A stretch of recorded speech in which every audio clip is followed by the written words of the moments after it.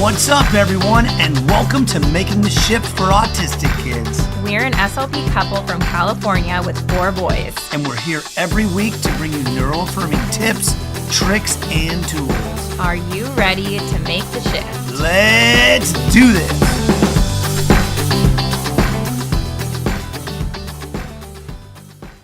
Hello. Welcome to Making the Shift. A friend of mine recently told me that you should always ask what's new and good. So what is new and good with you right now? What is new and good with me is that we did welcome our 5th baby boy.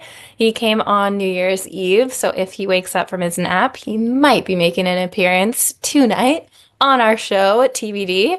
But for now, any little baby goat noises you hear is him talking to himself in his sleep. So everything is great here. Really excited to be continuing with the show. And I sit in bed, I will tell you, 99% of the day with the baby. So it's just nice to do a little bit of work, a little bit of continuing our normal here and there. So tonight, I'm really excited to bring you a topic that is very much needed. We have talked about this little bits in the show on the past. We've never had a show all for this one topic. And this topic is eye contact. So we're going to be talking all about what goals for eye contact might look like and why we should not write them. So we're going to talk about why it can be harmful to write them. So if you are a therapist working with parents and you're trying to explain to them why we should stay away from, targeting eye contact and working on eye contact as a goal, this could be a great resource for you and be able to get information and relay that to parents, or you can send parents directly to this episode. Okay, so we're going to talk about what goals might look like. Maybe you've written them in the past. I know I have. We're going to talk about what is the harm. We're going to talk about different things that we need to consider moving forward. We're going to talk about, is this ever okay? What can we do instead? What is the alternative? What is the solution? What should our therapy actually focus on? And we're going to talk about all of that as well. Okay, so I have in the past written this goal in 2 different ways. Tell me in the chat if you have too. Okay, one is that a child will maintain eye contact for a certain number of seconds in a conversation. So in the past, I might have written a goal like the child will maintain eye contact for 3 seconds during whatever conversational exchange, okay? So one might be the goal is the length of the eye contact. And this brings back the harrowing memories of actually practicing this skill with kids where we would look at each other and we would count 1, 1,000, 2, 1,000, 3, 1,000. So painful. Okay, so length of time we look at someone might have been a goal that you have written in the past like I have. And another goal might be frequency, like how often they make eye contact. I specifically remember this little girl I worked with, and I had a goal for her that was she will make eye contact 3 times, or it was like 5 times in a 3-minute period or something like that. Okay, so why is this a problem? For a lot of autistic people, not all, of course, but for many, this is not their natural way to communicate. It is just a learned way to communicate. And what you will hear, I have had so many autistic adult friends tell me, I just learned to fill in the blank. I just learned to look right above their eye. I just learned to look at their nose. I just learned to look at their eyebrow, like teaching themselves, I have to do this. So I'm just going to choose a random place to look so that it looks like I'm looking them in the eye because it's actually too uncomfortable to look them directly in the eye. Okay, so why do autistic kids, why are they less likely to use eye contact in general? It could be physically uncomfortable for them to make eye contact. It could be that it is too much sensory overload. I've had a lot of autistic people tell me the eyes, for some reason, are just so much sensory input, and it's just really hard to be able to take all of that in at once. It could be that it causes them anxiety because there's so much attention that we put on it and so much importance that we put on the need to make eye contact. Okay, so it could be that it inhibits their ability to process language when they're looking at you because they're thinking so much about maintaining eye contact that they're not even able to process the things that you're saying to them. Okay, it's just like the same as I'm talking to you right now. I'm looking away a lot because people look away when they want to think oftentimes. Like it would be very hard for me to just sit here and just stare at this camera for 30 minutes, although maybe I think I could do it. But it's very natural to look away when you're thinking and when you're processing as well. Okay, so there are a lot of reasons it might not happen. But what is the harm? Why not do it, right? Like why do we need to stay away from it? Mainly, other than the discomfort it causes a person, the main reason is because we are essentially teaching them to hide or mask this need to look away in order to fit in. So we're essentially saying, you're not acceptable the way you are. You need to be more like everyone else, which means you need to make eye contact in order to fit in, or else you're not going to fit in. And what ends up happening is kids try so hard to hide who they are that it leads to depression, it leads to mental health issues. We know there's a really high percentage of suicide in autistic people. There's lots and lots of anxiety in autistic people. So teaching a child to hide who they are, to mask who they are, is never going to be the solution. It's never going to be the long-term solution. It's only going to cause, you might think like this is harmless, it's just an exercise, but in reality, it could be causing harm down the road. It's just that may not be visible to your eyes. So we don't ever want to teach kids that they have to act like someone else in order to be accepted, because not only does that lead to this masking and mental health issues, but also it leads them to end up with inauthentic friendships and relationships, because now these relationships and these friendships are built off of them trying to act like someone they're not. Right? So they never get that feeling of, oh, I can finally just let my walls down. When you have a friend come over and you don't care what you look like, you don't care what your house looks like, because that friend is going to accept you just as you are. If you are constantly trying to pretend to be someone else, or be someone you're not, then you're not going to end up developing those very authentic, real friendships and relationships. And then relationships will end up feeling very draining for them, like energy vampires, as opposed to places where they can go to feel that fulfillment of having a really good relationship with someone. Okay, so it's really not something that we want to do.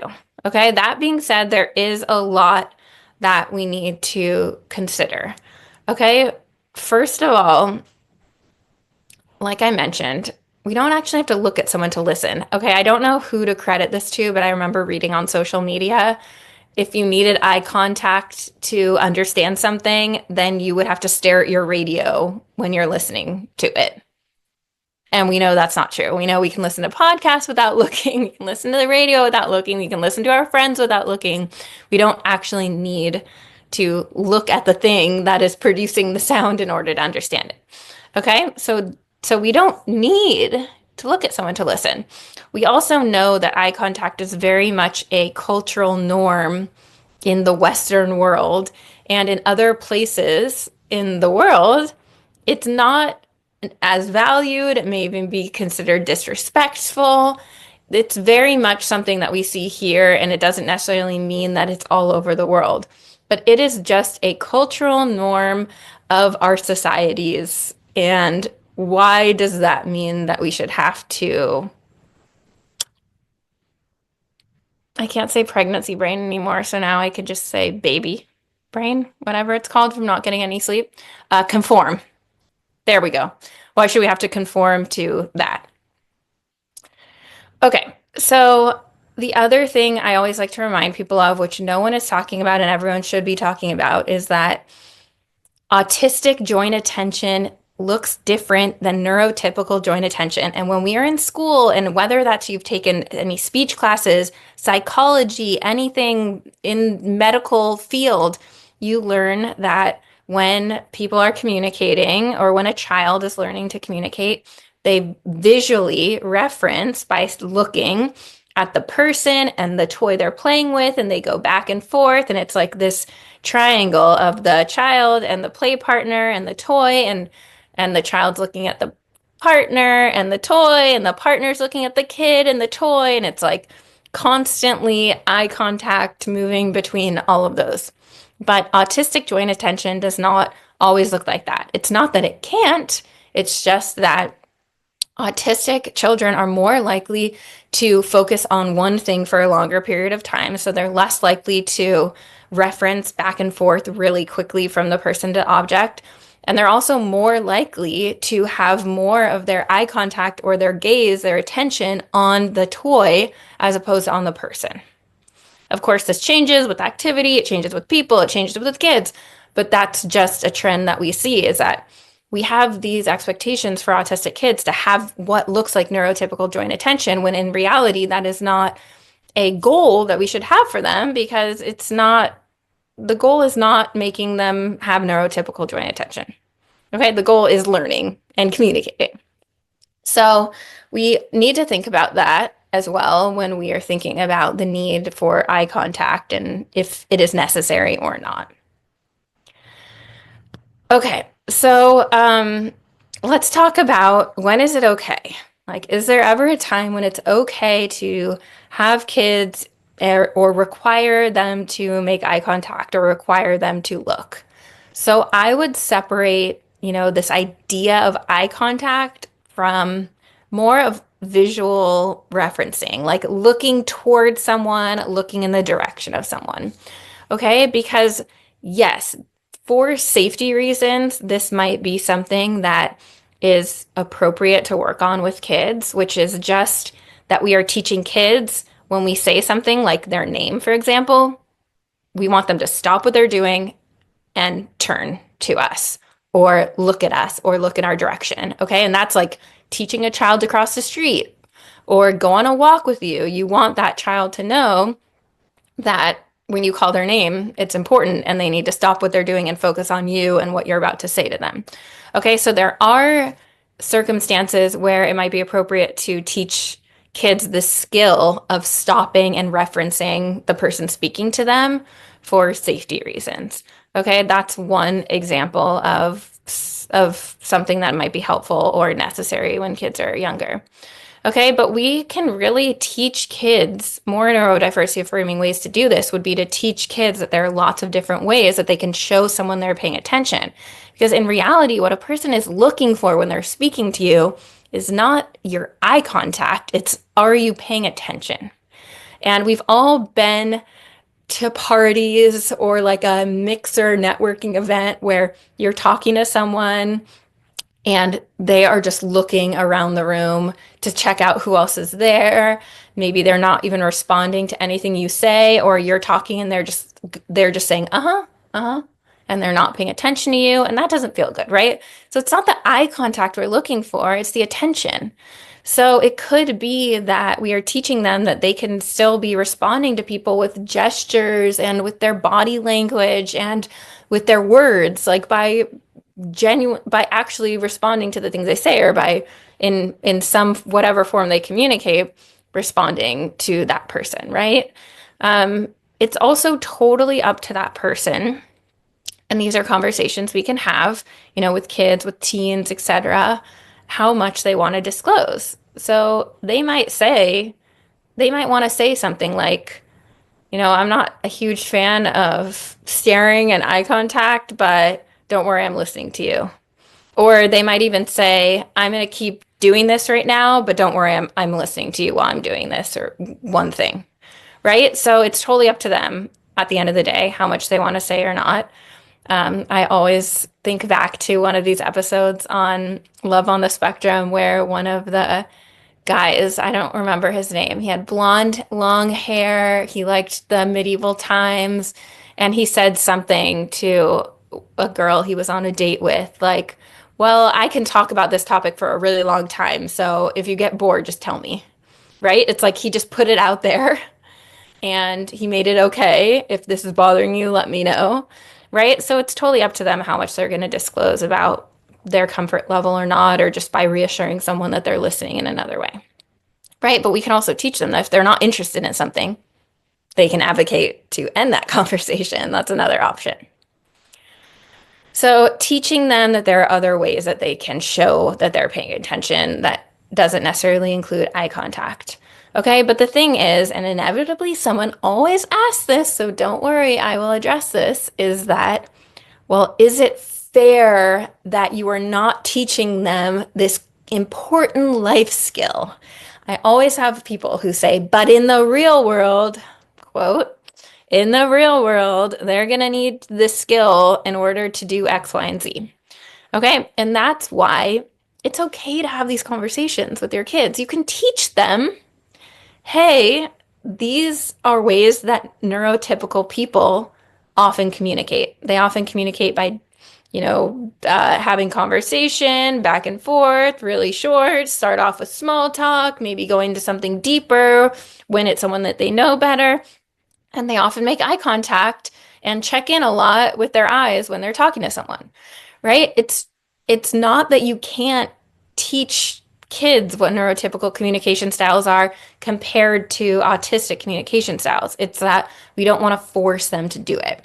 Okay, so we don't want to write our goal that they're going to do it, because what that leads to is us having therapy sessions where they actually have to practice doing it, which is us forcing them to work on these neurotypical skills. Okay, so the goal is better served as more of a self-advocacy goal that they will advocate during conversations to, initiate a conversation or end a conversation or change a topic, something like that.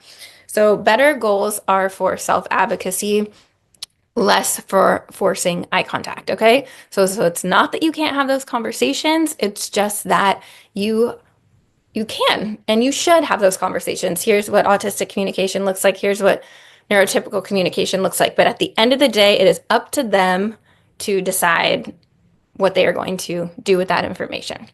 Okay, so what we have got coming up for you, you may or may not have heard, is a brand new week-long training with our whole team, me, Chris, Melanie, Selena. It's going to be amazing, completely free. This is something, like I said, brand new. This is content we have never taught before. And we just wanted to start 2025 off with a bang, teach you a bunch of new neuroaffirming strategies. I mean, this is our life. This is what we research every single day. The amount of time we spend trying to stay up to date on what is the latest is pretty insane, actually. I mean, I need a little decompressing time before bed, but Chris will be like on his phone learning something new until the second he goes to sleep. I'm more of a give me that information at 6 a.m. type of person.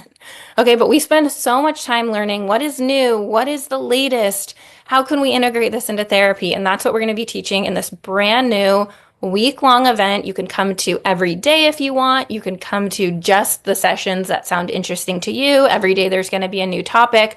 I'll put the link below. Make sure to register because seats are limited in our virtual room, but get there as early as you can. First come, first serve. We'll get into the trainings. And if you cannot be there live, don't worry, they will be recorded, but you have to make sure that you still register because only people who will get the replays are the people who have registered. So this is going to be awesome. It's called the speech shift because it is our goal, as you guys know, to make the shift to neurodiversity affirming practices. And we're going to have so many amazing topics we're going to be covering. A lot of stuff like today, but tons of how to use this in therapy as well. And how does this change what you do with your clients, with your students? It's going to be an awesome time. So make sure to click the link below and we will see you at that free training. We will have no show that week because we do have a free training that day. And we can't wait to see you there. Bye. Thank you so much for tuning in to Making the Shift. If you enjoyed this episode, it would mean the world to us if you could like, subscribe, share it with a friend. Our only goal is to spread neurodiversity affirming approaches all over the world, and we can only do that with your help. Thanks for being here, and we'll see you next time.